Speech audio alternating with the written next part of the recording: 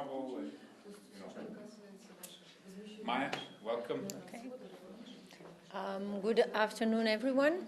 My name is Maya Koціянчич. I'm the spokesperson for foreign affairs and security policy, and I'm speaking very often on behalf of my boss, who is the High Representative for Foreign Affairs and Security Policy and Vice President of the European Commission, Ketrін Eштон, who, as you know, visited your country on numerous occasions since the beginning of the ongoing crisis. I know that you've spoken to a few of my colleagues before, so in particularly Dirk Schäuble, who in the External Action Service is leading the team that is dealing in particular with relations with Ukraine. But as I'm the spokesperson, I have the right to speak on the record. So I wanted to say a few words on the record, so in case you need to quote anything, and answer some the questions on the record as well. In particular, if there will be any, and if there will be something that I would prefer to say off the record, I'll specify it so that you know that I'm speaking off the record. Before I just kind of briefly explain what the European Union is doing in order to support Ukraine, I just wanted to, because you're all journalists, just briefly indicate what we are doing when it comes to communication in particular, because it might be handy when it comes to your work.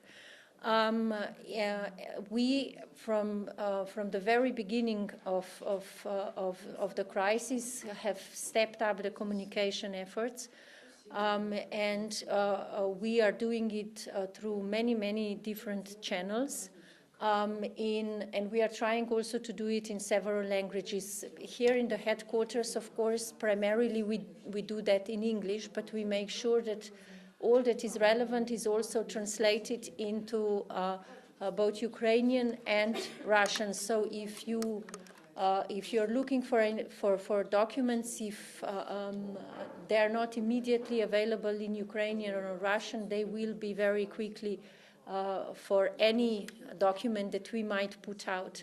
My recommendation would be to follow in particularly electronic sources of communication, which means what we put out on the External Action Service website or the European Commission website, but in particularly also follow what our delegation in Kiev is putting out, because they are the main channel that we have in Ukraine.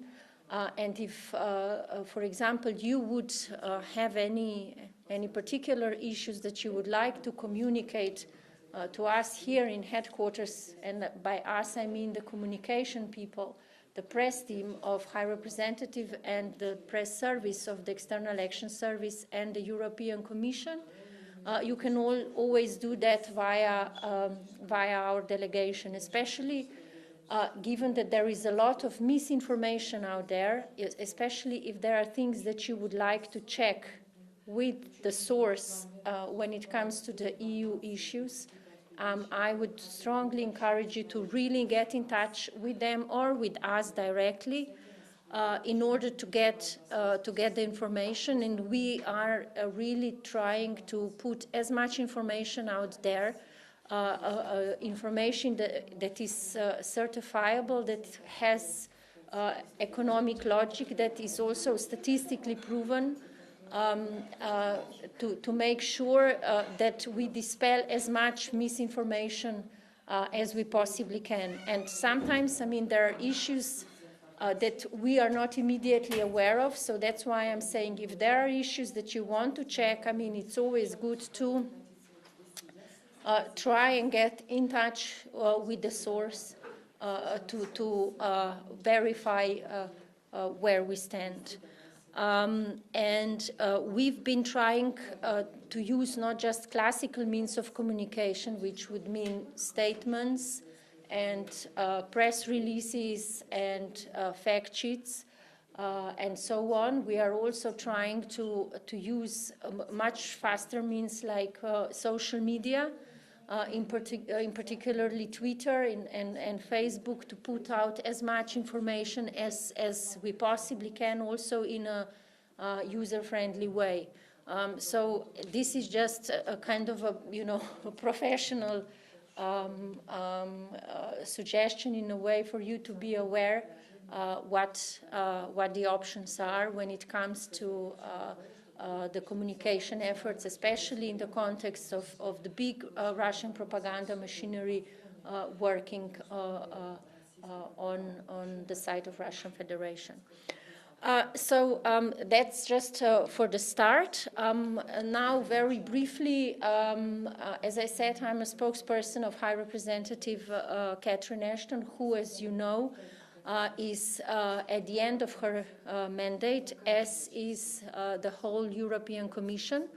We expect that the new team will take over before the end of the year, if all goes well, with the confirmation of the European Commission in the European Parliament. That should be on the 1st of November, but again, this is tentative planning at this point, as the procedure is still ongoing. It is, however, already clear that Ketrین Eштон will be replaced by current Italian Foreign Minister Federica Mogherini, and she will take on the service, the European External Action Service, as it was created in 2010. And she will also inherit the main priorities in foreign policy from Ketrین Eштон, but of course these are foreign policy priorities that are not defined by one person, but rather by the European Union. And among these top priorities, among them, the relations with our neighborhood, immediate neighborhood, and that obviously includes Ukraine, will remain among the key priorities. That was already indicated by the president-elect of the new European Commission as well. So you can expect that with the changeover, the attention that the European Union is giving to the relations with Ukraine and to addressing the political crisis and security situation will continue.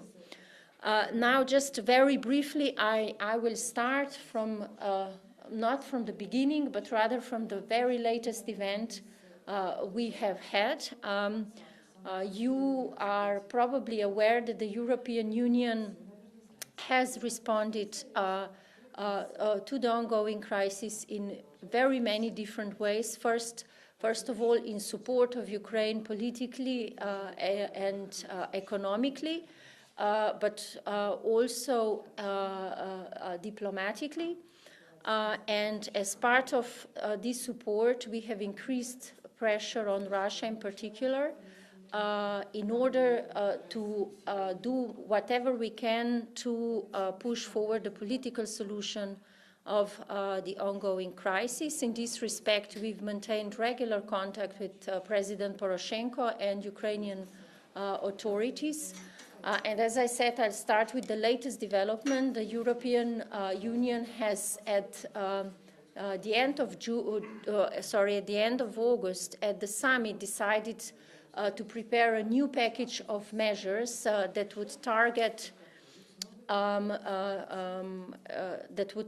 on one hand those who are supporting the separatist groups in Donbass, and on the other hand, deepen the existing measures that we adopted at the end of July, and are so-called economic measures.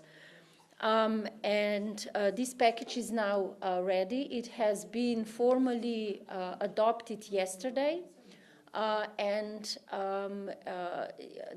Following the most recent developments on the ground, the member states are now assessing the situation to see how to proceed with the next step, which is the publication in the official journal. This is something that is currently ongoing, so we will have member states discussing the latest situation once again tomorrow here in Brussels. And this is just a little fragment of actually showing what we are doing and what kind of a high-level intensity of efforts we are conducting in order to really do the maximum that we can. When I'm mentioning the latest developments on the ground, I'm of course referring to the implementation of the ceasefire agreement and the peace plan, which we are currently assessing and also taking into account what in particular Ukrainian authorities are saying. I expect that member states, more specifically their permanent representatives, will do another assessment of these developments tomorrow. And these latest decisions come on top of several rounds of measures that have been adopted. You are aware that European Union from spring onwards was very clear in defining these measures. At the moment, we have quite a package already in place, very specific economic measures, which are putting pressure on Russia in the context of the efforts needed for the political solution of the crisis. We are also targeting specifically the separatist groups in eastern Ukraine, and of course also in Crimea. As you know, European Union is very strongly supporting the territorial integrity, unity, independence, and sovereignty of Ukraine, and this remains to be one of the key principles we believe on which the political solution needs to be based on. And in that respect, I mean, we have a very nice fact sheet. It's one of the tools I've mentioned where you can see when you have a complete overview of what we have been doing.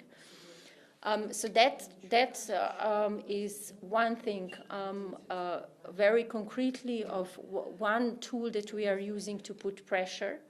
But obviously we continue to be engaged on a diplomatic front at the very highest level. So both President of the European Commission, President of the European Council, as well as the High Representative maintain regular contacts with both the Ukrainian authorities, namely President Poroshenko, but also the Prime Minister, and on the other hand, also Russian Federation, more specifically Russian President Putin. We also remain in contact with our international partners all over the world, including not obviously just the ones in the most evident one, like for example the US, but also very many other partners. In fact, we've made an outreach to our partners across the globe in order for them to explain and get support for our policy.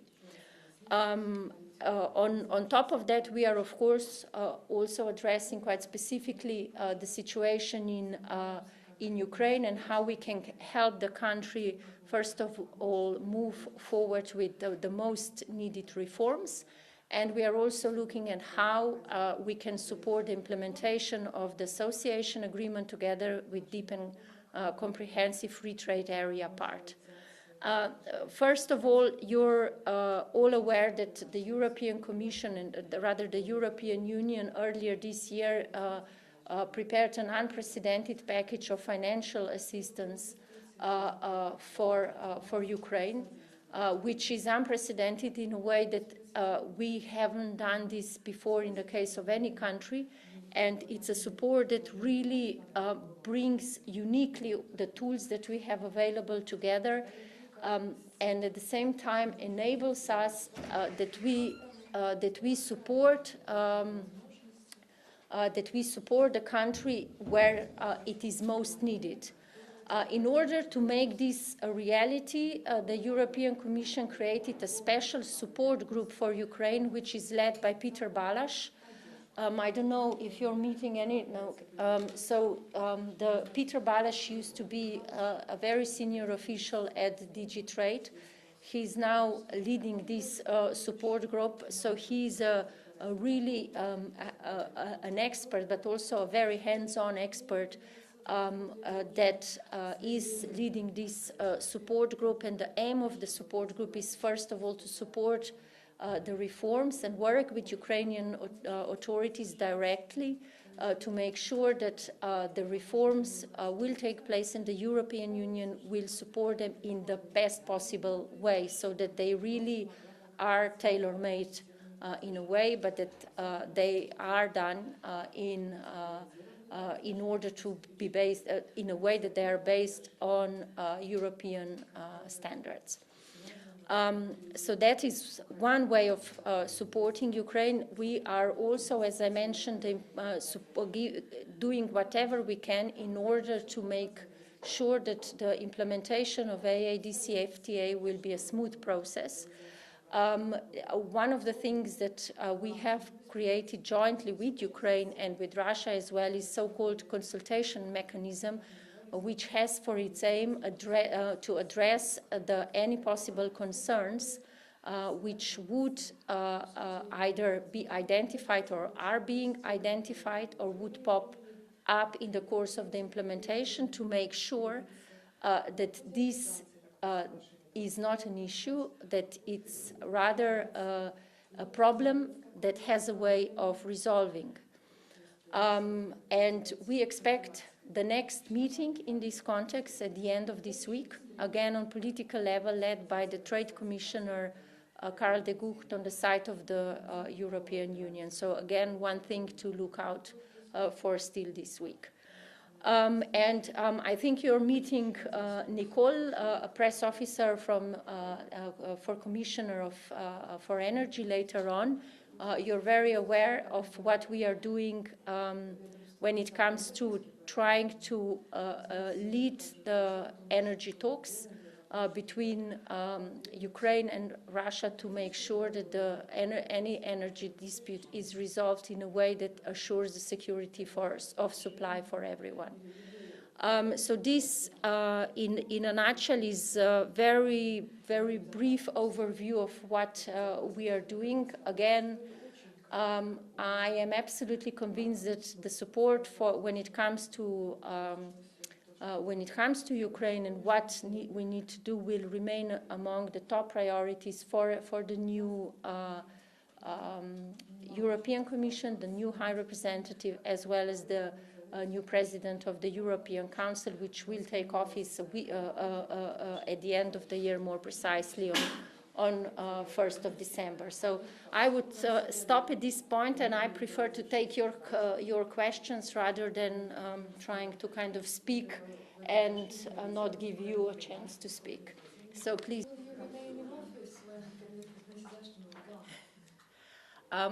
The High Representative has the right to choose his or her press team. So I would expect that there will be some changes in the press team. They might include me as well, but it's not certain. So you'll have to wait for a little while to see whether and in what way the press team will change. Скажіть, будь ласка, ви є журналіст за освітою? І як ви починали? Ви починали зразу російською. Вы начинали сразу как журналист международника, сразу работали в Евросоюзе? Did you start with international affairs immediately as a reporter on international affairs? Actually, I started my career as a journalist, and not even in Brussels. So I'm Slovenian. I worked for a journalist for quite a number of years before I trained to become a diplomat about 10 years ago. And then I worked as a diplomat for the Slovenian Foreign Ministry, and then I joined Ketty Ashton's team at the beginning of her mandate. So it's actually my 5th year in her team now. So I've been dealing with international affairs for most of my professional career in reality, but in different roles. As a journalist, I was covering international affairs, and as a diplomat and a spokesperson as well. Вопрос. Смотрите, Украина до сих пор не ввела военное положение. Часто говорится, что это связано с желанием Евросоюза, поскольку военное положение в стране заморозит поддержку финансов со стороны Евросоюза. То есть официально или неофициально, насколько это в правде, действительно ли в случае введения военного положения в Украине помощь со стороны Евросоюза станет невозможной?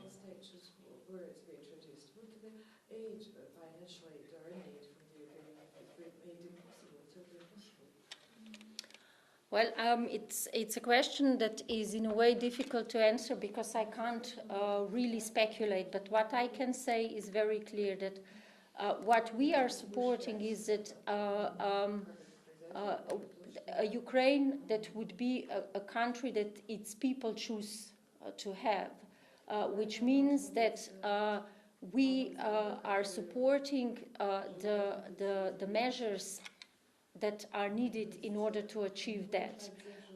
And we are doing this through many channels. The financial support is only one of them. And another element that is important in this respect is that we believe that we can't really lose much time because the economy needs a transformation quite urgently.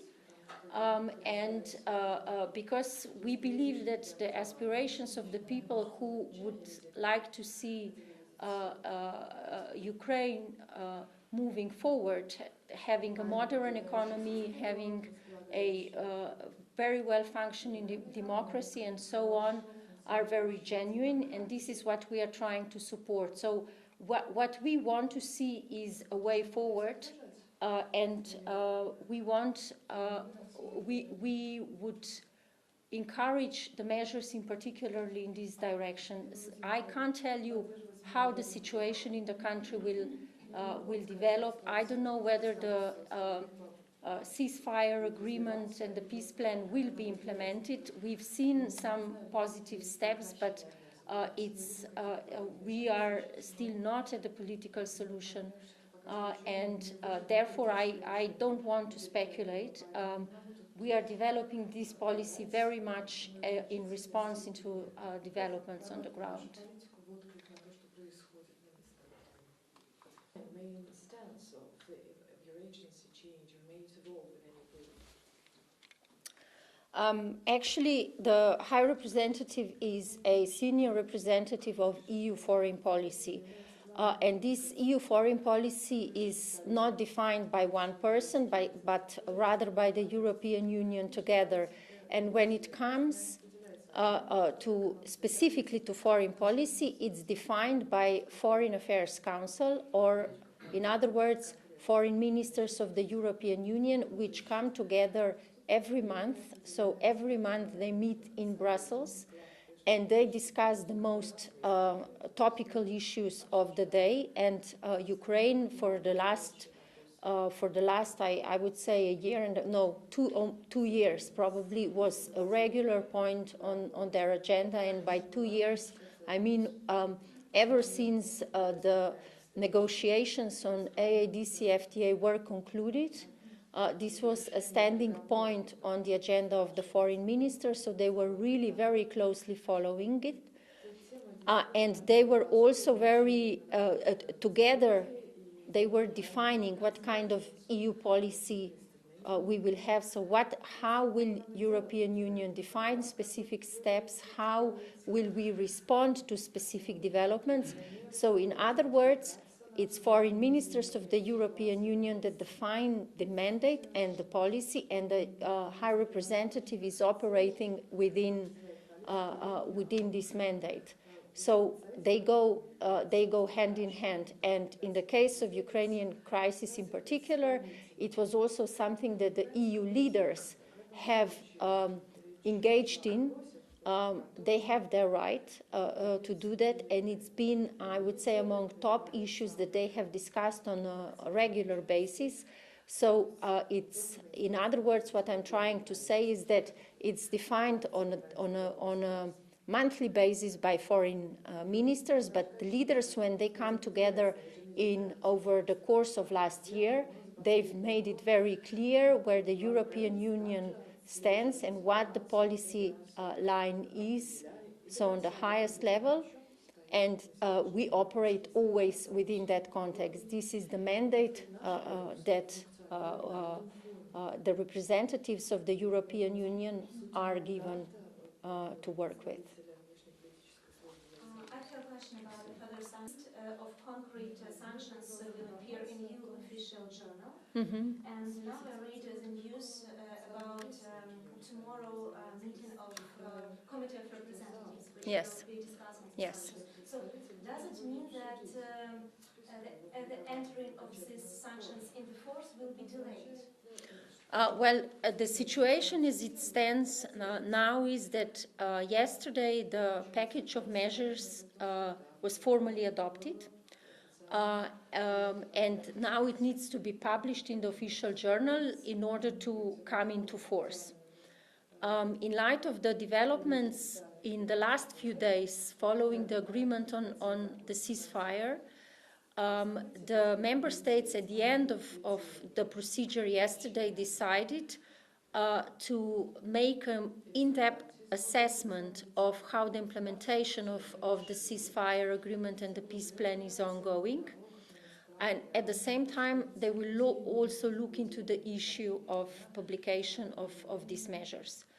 There was a statement by President of the European Council that was issued following this meeting that said, the publication will follow in a few days, and this will allow us to do this assessment.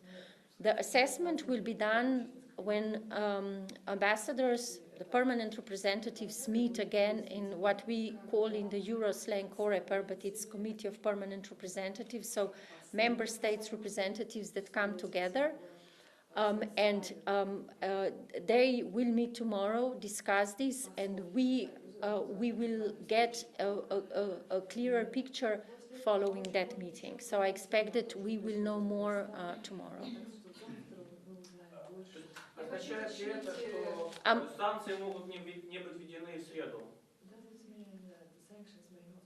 Или в них могут быть внесены какие-то изменения? So the measures have been adopted, but we need to see for this meeting tomorrow to take place to know what further steps will be. In light of that, I don't expect publication tomorrow because the member states are only meeting tomorrow. And we will know after their meeting again what the next steps will be. Okay?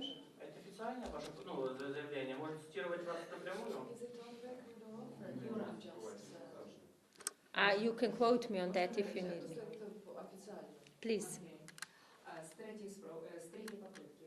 Я хочу уточнить вот про коллеги по поводу санкций. Влияет ли перемирие, задекларированное, на сдерживание санкций? И это первое. И второе,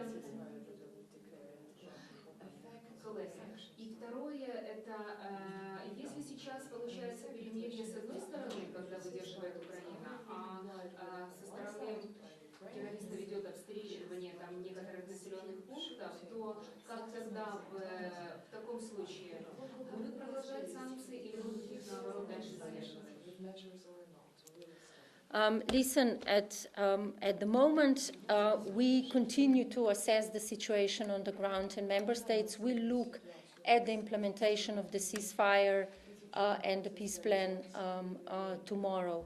So I can't really prejudge what will happen, what the assessment will be. What is clear right now is that the package has been adopted. This is the package that the leaders asked for when they met on the 30th of August. It's been prepared. It contains measures in specific fields and additional listings. But it's, of course, and it's been adopted. So this is not something that is going to change. It's been adopted. Now, what member states will do as a next step is they will discuss this issue further, assess the situation on the ground. And the statement of the President of the European Council of yesterday says, as you've seen probably, the entry into force through the publication in official journal will take place in the next few days. This will leave time for an assessment of the implementation of the ceasefire agreement and the peace plan. And then again, very important sentence, depending on the situation on the ground, the EU stands ready to review agreed sanctions in whole or in part. And this is still pending. I can't give you, at this point, I can't give you a definitive answer. Почему тогда возникает вообще вопрос о том, что санкции могут сдержать? Почему тогда возникает разговор о том, что Евросоюз остановит санкции? Why then there are talks that the European Union may suspend sanctions altogether? I don't know exactly what talks are you referring to or what rumors you are referring to. What is important to understand is that we use these sanctions or restrictive measures, as we also call them, as a tool. And in this particular case, this is, I think, 6th or 7th round of measures that we have already taken because of the gravity of the situation. But the measures in itself are not the measures are not the end in themselves.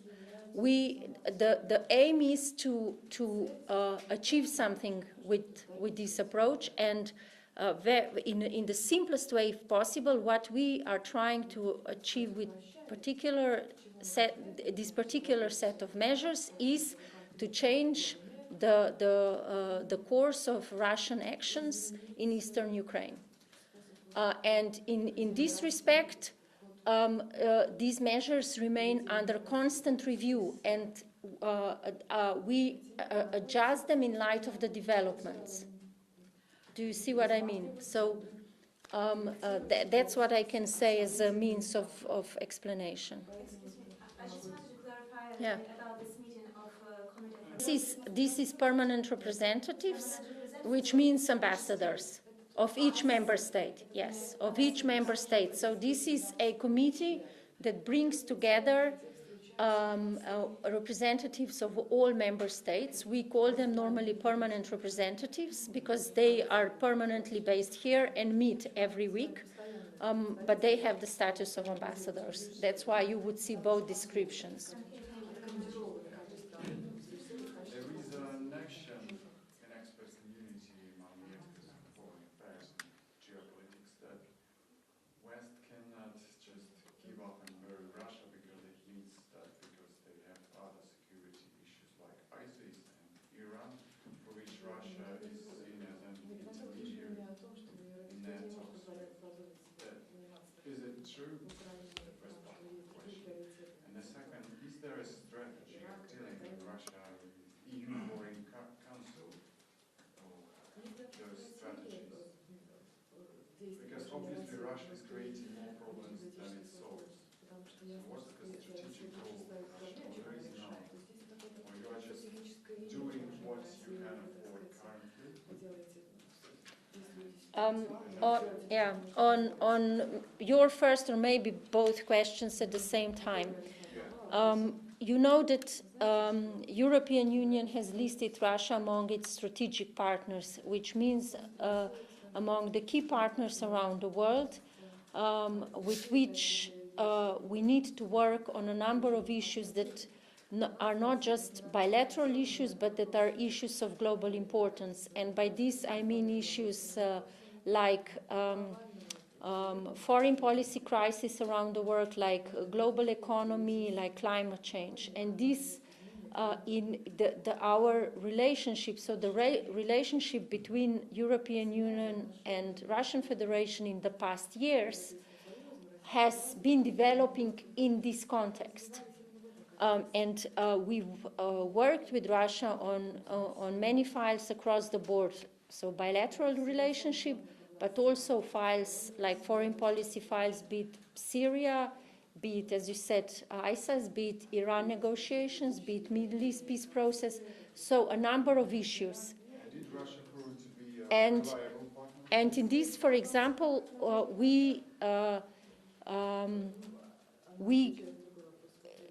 in the context of Iran talks, for example, we continue to work with Russia. This is Iran nuclear program is a globally important file. Russia is part of the E3+3 format, and work is ongoing. But the developments in Ukraine have brought a completely new momentum in the relationship with Russia. This is not something that we would have, was our choice.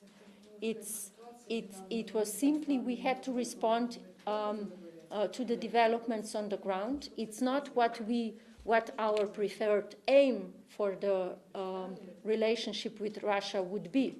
And President Barroso, when speaking not a long time ago, maybe 10 days ago, was very clear in saying that. And I believe that in a perfect world, it would be European Union would have good relations with all its neighbors, including Russia, and Ukraine would have good relations with all the neighbors, including Russia.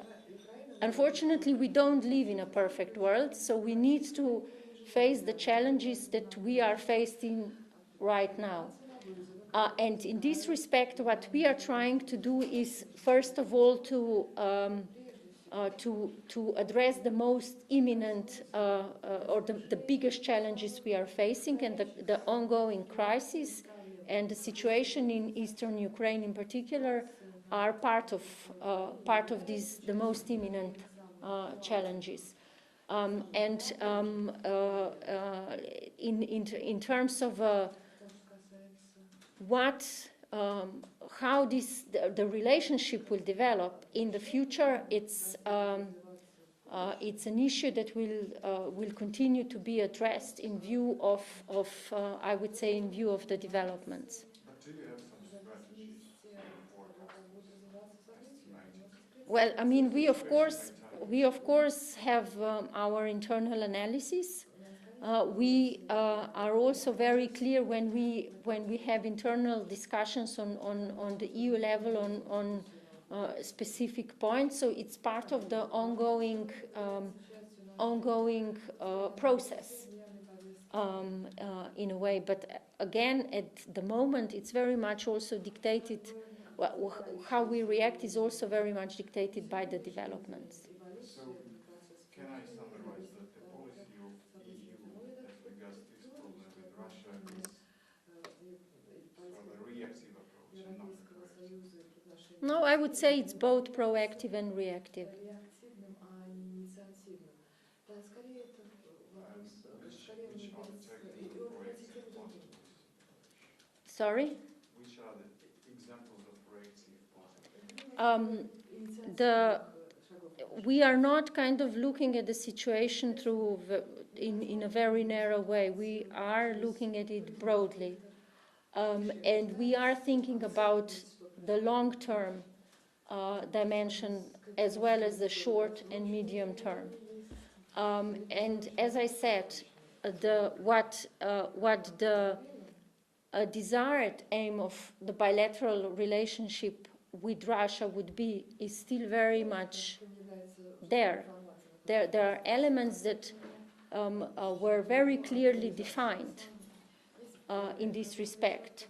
But in the current situation, we are addressing the most imminent challenges. And but it doesn't mean that you need to see, or that you can only see the EU policy in that respect. There is still a much broader context for it, but at the moment, it's the crisis that is a priority. I mean, as long as you have people dying, as long as you have fighting going on, this is something that takes the immediate attention. It doesn't mean that the strategic thinking just goes away, if you see what I mean.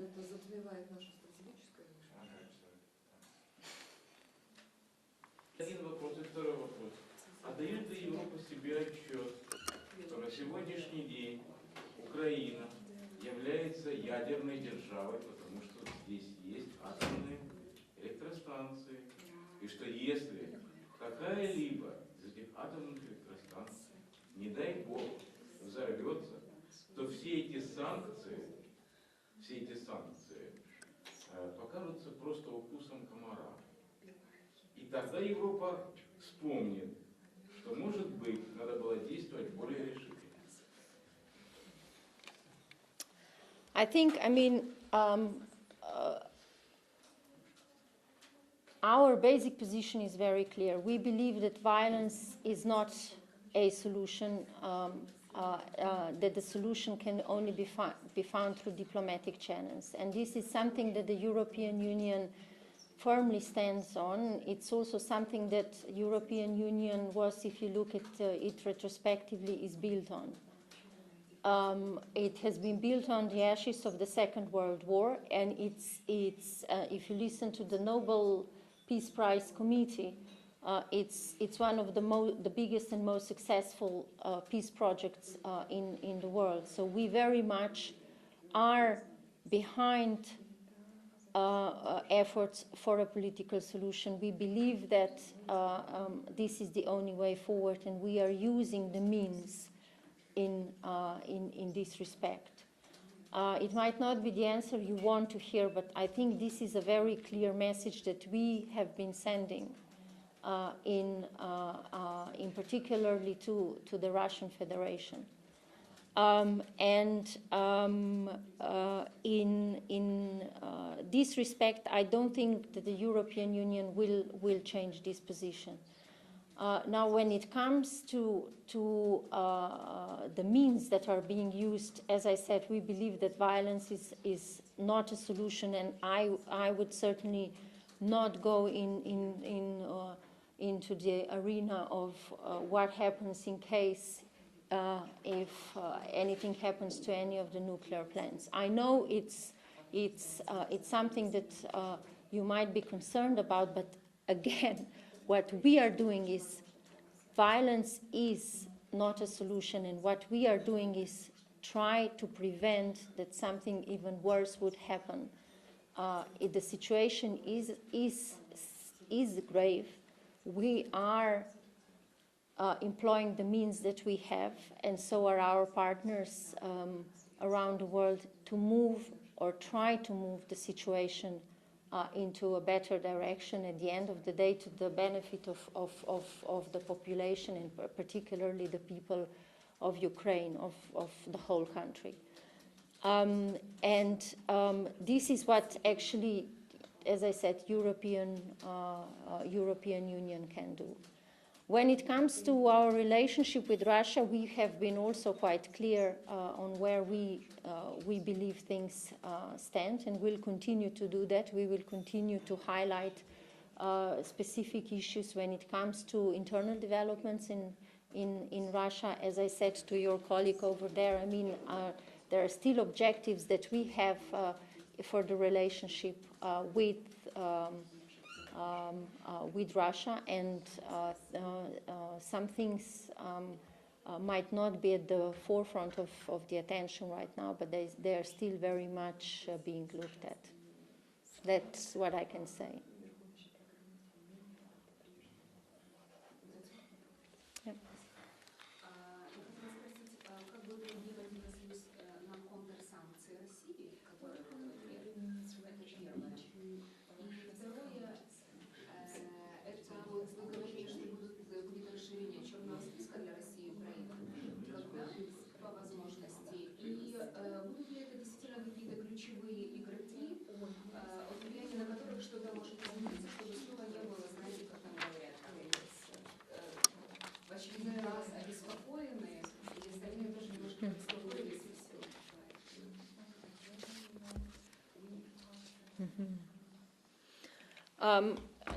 I know that the kind of the people tend to forget what we have done in the past in order to address the situation, what kind of tools, including sanctions in various fields, we have used in the past. This is something that if you look at it in its entirety, quite comprehensive already. We've taken steps like suspending bilateral negotiations on the new agreement with Russia, on the visa liberalization talks with Russia. We have suspended for example, EU-Russia summit. We've taken a number of diplomatic measures already over the past month. We've taken restrictive measures as well, and at the moment, we already have almost 100 individuals on this list and over 20 entities. The addition that has been prepared is specifically targeting individuals working with separatist groups in Donbass, as we were mandated by the European Council. So it is something that we are very much looking at in very great detail. Again, all this, the latest part of it is something that the COREPER will look at tomorrow. But overall, if you want to have a good overview of what has been done, at the end of this fact sheet, you have precisely this overview, and it's quite comprehensive already. So that's one thing. The second thing is when it comes to possible Russian retaliation, I can't obviously speculate, but we have seen some measures taken by Russia in the past weeks, in particularly stopping the import of specific agricultural products, to which we already reacted in two ways. First of all, you have a political and economic way of reacting, and we've also reacted in terms of offering support to our member states. What is very clear is that when the European Union is adopting these measures, we also take into consideration the risks that come with it. But if the situation is grave enough, member states would decide and go forward. Not to my knowledge. We've tried to accommodate Ukrainian requests in where we could. For example, one area of support that I haven't mentioned is the advisory mission for security sector reform that is currently being deployed. This is something that has been approved at the beginning of the summer, and we already have a team that is working on this, and this is advisory mission which has for its aim to advise the Ukrainian authorities on the reform of the security sector, so that it is modernized, transparent, and built on international or at least European standards. And this is something that is currently ongoing. It might be less visible, but it's another expression of concrete support. I told you we are in regular contacts with Ukrainian authorities. And we try to work on all the areas that are identified as areas of joint interest and concern together.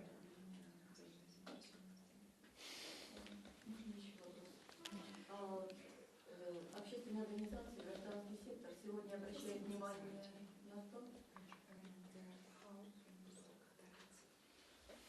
I'm not entirely sure that I understood your question.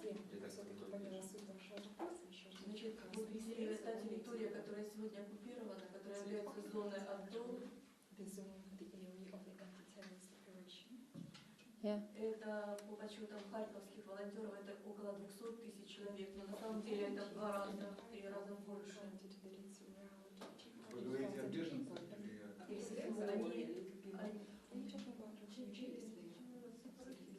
Они сегодня рассредотачиваются по другим территориям, они без средств, без работы, без всего. То есть, во-первых, действительно беженцы, да? Не без статуса.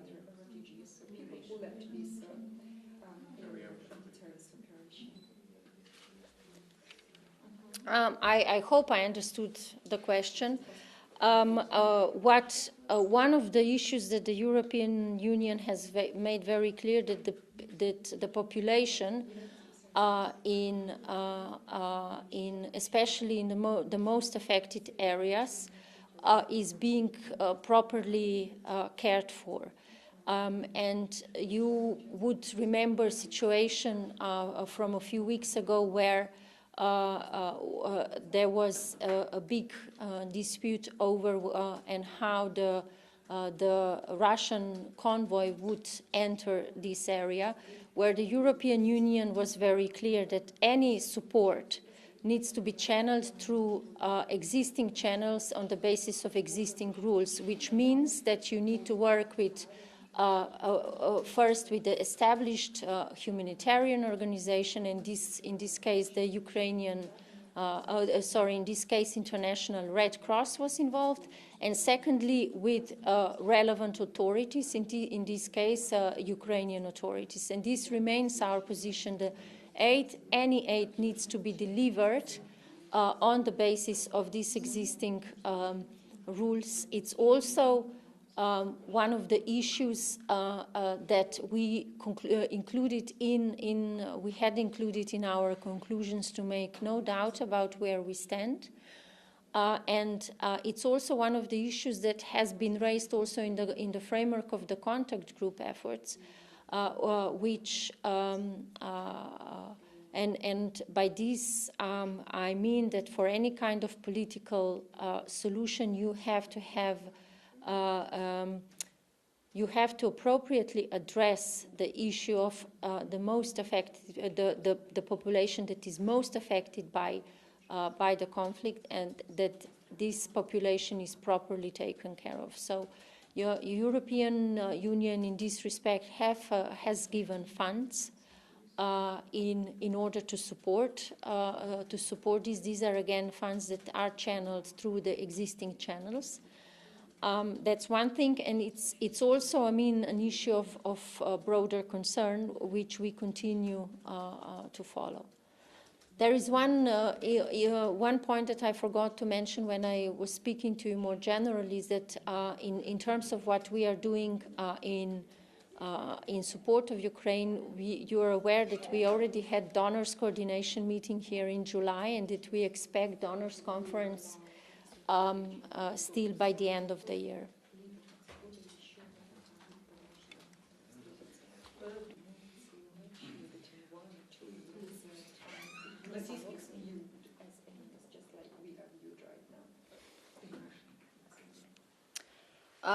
What I said is that Russia was named a strategic partner years ago when the relationship was being developed with a very positive agenda. As I said, and as I mentioned what President Barroso said about 10 days ago, this would still be the preferred scenario. I think in the long run, I mean, as I said, it's in everyone's interest to have good relations with its neighbors. I think that's something that is in the interest of the European Union, of Ukraine, and of Russian Federation. We can't move away from each other. We are all living on the European continent, and what we need to find is ways of actually working together as partners, developing relations as partners, again, on equal basis. This is, I mean, in a nutshell, something that also my boss has been saying from the very beginning of the crisis, that we want to have good relations with the neighbors. We believe that Ukraine wants the same thing, and at the end of the day, the same goes with Russia. There is there is a high level of interdependence among all the countries on the continent. It's something that is undisputable fact, and I think it's something that will have to be addressed. I don't believe, as I said, I don't believe that we will come out of this crisis through any kind of violence. I think this is only something that the dialogue can resolve. And this is not necessarily always easy, but it's something that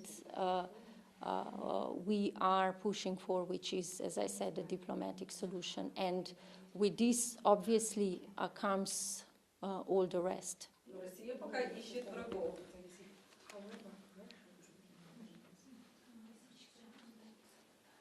Listen, I can't speak for Russia. I can speak for the European Union. I know that the situation is extremely complicated and very tense, and there are no easy solutions, because if there were easy solutions, we would have already found them. The situation would not be deteriorating, and what I'm trying to say is that we shouldn't be accepting that this is the only way. I think we simply can't afford to do that. What we need to do is strive for the better, and that's why, I mean, is what is part of what we are trying to do, as on all these fronts that I mentioned, and many more. I have a particular question as regards sanctioned individuals. Mm-hmm. It's a common practice that Russian high-ranking. If you're an individual on the list of this so-called blacklist, the list of sanctions, this means that your assets are frozen, and it also includes travel ban. And the implementation of this is in the hands of the member states, because they are the ones that are dealing. They have the data. They have the authority on their territory. As soon as these measures are agreed on the EU level, they are directly applicable in all member states, and they are under the obligation to implement them, and this is what they are doing.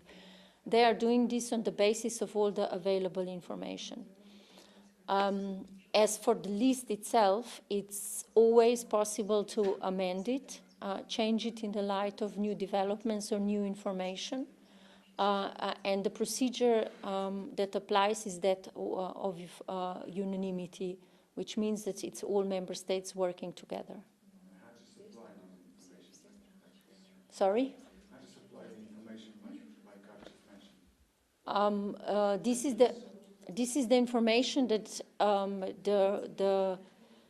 as I said, it's the member states that have to implement it on their territory, and they operate on the basis of all the available information that they have, which they get through various channels, through their own channels and other channels, in order to assure effective implementation.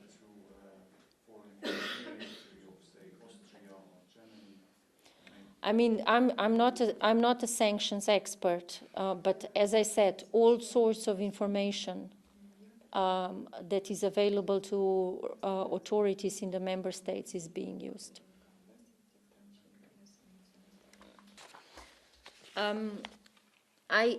My interpretation is slightly different. I wouldn't say that Finland didn't want these sanctions. What I think is very clear is that member states together as unanimously prepared the package. The package went through the written procedure.